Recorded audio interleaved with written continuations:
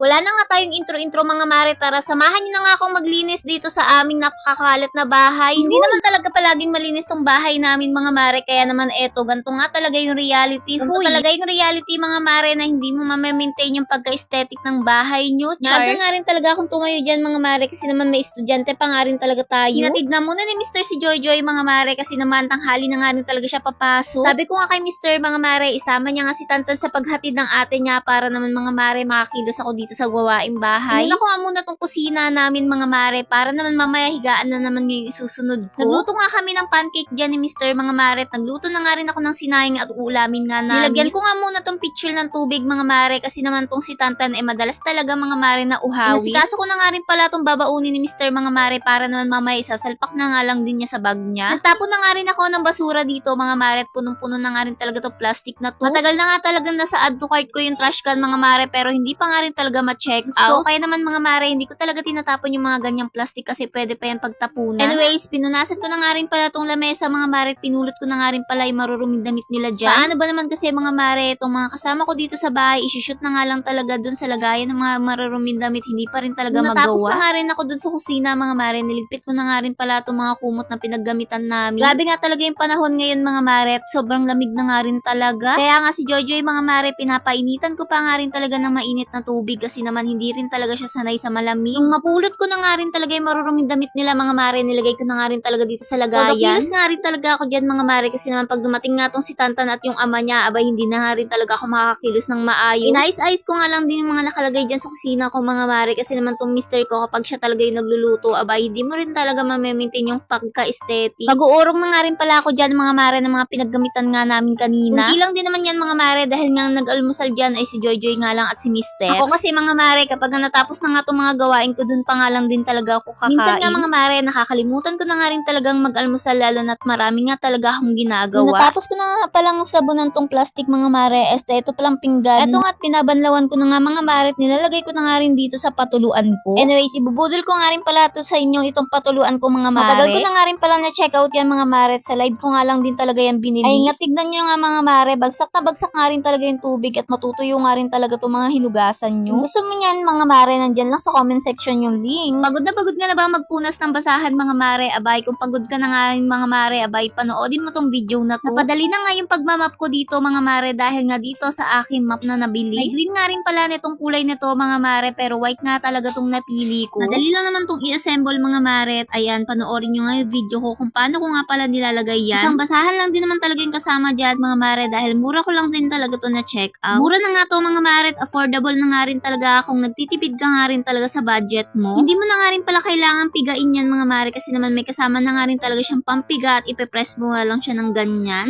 O siya, kung bet mo nga rin ng gantong map mga mare, ilalagay ko na lang yung link dyan sa comment section. Sobrang napadali rin talaga yung kilos ko dito sa bahay mga mare na hindi ko rin talaga kailangan yung mukuyo-ko. Lahat ng kasulok-sulukan nga dito sa bahay mga mare naaabot ko na nga rin talaga dahil sa map na to. At ang kagandahan dito mga mare, hindi mo na rin talaga kailangan yung mukuyo-ko, ganun. Anyways, mukhang mabubudol ko nga rin talaga kayo dito sa map. O siya, mabalik na rin tayo dito sa dumating video. Dumating na nga pala yung mister ko mga mare kasama nga si Tantan kaya naman eto, nung pagkadating niya nga isakto, dumating na nga rin pala tong sundo niya. At eto nga, dalawa na naman nga kami ni Tantan dito at nakalinis na nga rin pala ako ng bahay kaya naman eto, ngayon pa lang din talaga kami kakain. O siya, yun lang muna. Thank you for watching.